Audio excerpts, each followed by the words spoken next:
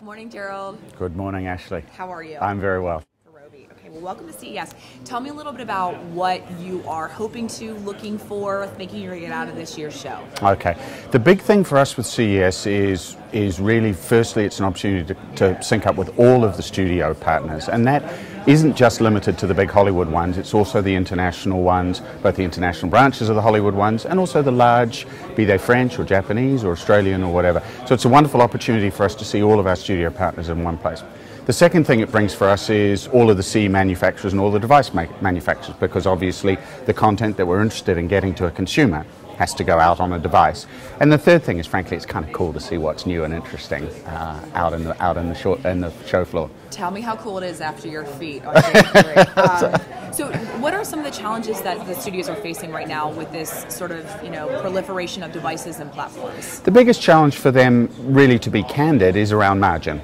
There were glory days, fat times, when the margins on DVD and Blu-ray are extremely high. And as long as people were consuming their content at home off a physical disc, it was a happy time.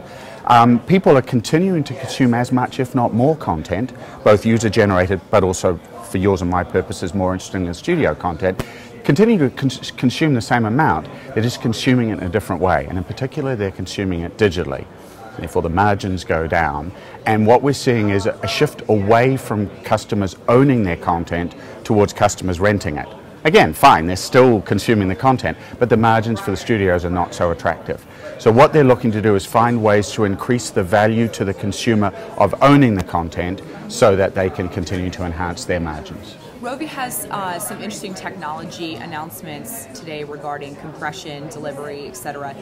Could you tell me how that sort of all comes together for the storefront product to actually drive higher margins for the studios? Sure. One of the most important ways in which the studios are trying to shift people's attention back onto ownership is with an initiative called UltraViolet, which is basically that a token for that movie is placed into your locker and you can access it wherever you want. It's your movie in the cloud. The brilliant thing is that it's everyone's cloud and you can get at your movie wherever you are through any device at any time. It's a really great initiative. One of the things, of course, that means is it's one thing, Gerald, to say I'm going to get my movie. It's another thing to actually physically get it. One of the tremendous benefits that Rovi uniquely brings to the space is the DivX Plus streaming technology, DPS as we call it, is one of the most elegant ways to manage one of the big challenges when you're consuming anywhere, which is your bandwidth may not be steady or stable. And DPS is a wonderful way of avoiding the spinning hourglass of death or the freeze or the clutch or any of the other problems that we suffer when we're consuming content in a mobile environment.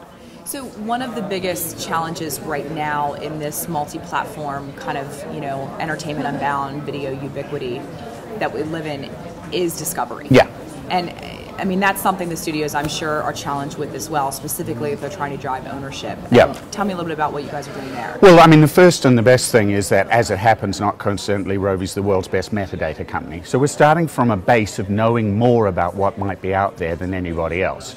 Add on to that the reach that Rovi has in the service provider space, and we're in a position to at least know everything that a consumer might want to watch. And now you're really talking about two things, helping them find the thing that they want and then getting it to them. We've already talked about getting it to them, that's the stores. Helping them find is all around our search and recommendation. And I think one of the unique aspects of Rovi is by controlling one of the delivery methods, the stores, and being so good at search and recommendation, you get a virtuous cycle. I'm going onto Rovi sites, I'm finding what I want, I'm consuming more. Every time I consume more, I tell the retailer who gave me that content, more about what I want. He works with Rovi and gives me more of what I need. And the more that the company, not in a big brother creepyish way, the more the company, the retailer, knows about the consumer's needs, the more likely they are to give the consumer what they want. And Rovi's making that work through the metadata. So I'm assuming that helps the studios drive revenue and top line as well. Absolutely. The more that I'm given options for things I want to watch, the more likely I am to keep going back and watching, keep going and purchasing, and therefore increase my consumption. Awesome. Great. Have a great show, Gerald. Thank you for your time. Thank you, Ashley. Appreciate it.